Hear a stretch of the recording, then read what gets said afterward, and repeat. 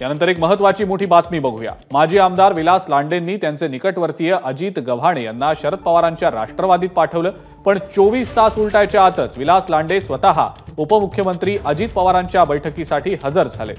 अजित गव्हाणेंनी समर्थकांसह तुतारी फुंकल्यानंतर अजित पवारांनी आज पुण्यातल्या सर्किट हाऊसमध्ये पिंपरी चिंचवडमधल्या माजी नगरसेवकांसह पदाधिकाऱ्यांना बैठकीसाठी बोलावलं आणि याच बैठकीला विलास लांडे यांनी सुद्धा हजेरी लावल्यानं सर्वांना आश्चर्याचा धक्काच बसलाय। आणि याच संदर्भातली अधिक माहिती आपण जाणून घेणार आहोत। मिकी घई आपले प्रतिनिधी आपल्या सोबत आहेत सध्या। मिकी, विलास लांडे यांच्या पुढच्या भूमिकेबाबत आता आश्चर्य व्यक्त होतंय, संदिग्धता दिसतेय नेमकी अजित पवारांनी बोलावलेल्या बैठकीला ते उपस्थित राहिल्यामुळे काय नेमकी अपडेट? अजिंक्य, जर आपण बघितलं तर पिंपरी चिंचवडचे आज अजित पवार गटातील जे नगरसेवक आहेत त्यांची तातडीची बैठक अजित पवारांनी या ठिकाणी पुण्यातील सर्किट हाऊस या ठिकाणी बोलवलेली आहे।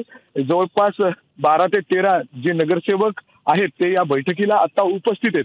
मात्र अचानक जे विलास लांडे आहेत, जे माजी आमदार आहेत, ते या ठिकाणी उपस्थित झालेले आहेत। त्यामुळं आश्चर्याचा धक्का बसलेला आहे। खरं हे कुणाच्या बाजूने आहेत हे देखील आता स्पष्ट होत नाहीये, कारण की जर आपण बघितलं तर जे अजित गव्हाणे आहेत, जे अर्थातच विलास लांडे यांचे अगदी जवळचे मानले जातात, मात्र काल त्यांनी शरद पवार गटामध्ये प्रवेश केलेला आहे आणि दुसऱ्या बाजूला आज विलास लांडे या ठिकाणी अजित पवारांच्या बैठकीला उपस्थित राहतात। त्यामुळं अर्थातच प्रश्नचिन्ह उपस्थित होत आहेत। बरेच कार्यकर्ते अजून सुद्धा संभ्रमात आहेत की नक्की विलास लांडे हे कुणाच्या बाजूने आहेत।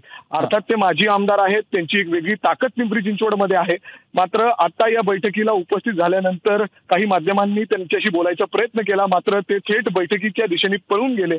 बैठकीच्या नंतर कदाचित ते बोलतील, अजित पवार सुद्धा यावर बोलतील अशी शक्यता आहे। बैठकीनंतर आता विलास लांडे आपली भूमिका स्पष्ट करतात का हे देखील पाहावं लागणार आहे। मिकी, धन्यवाद, आपण माहिती दिली त्याबद्दल। या बातमीवर आपलं लक्ष राहीलच।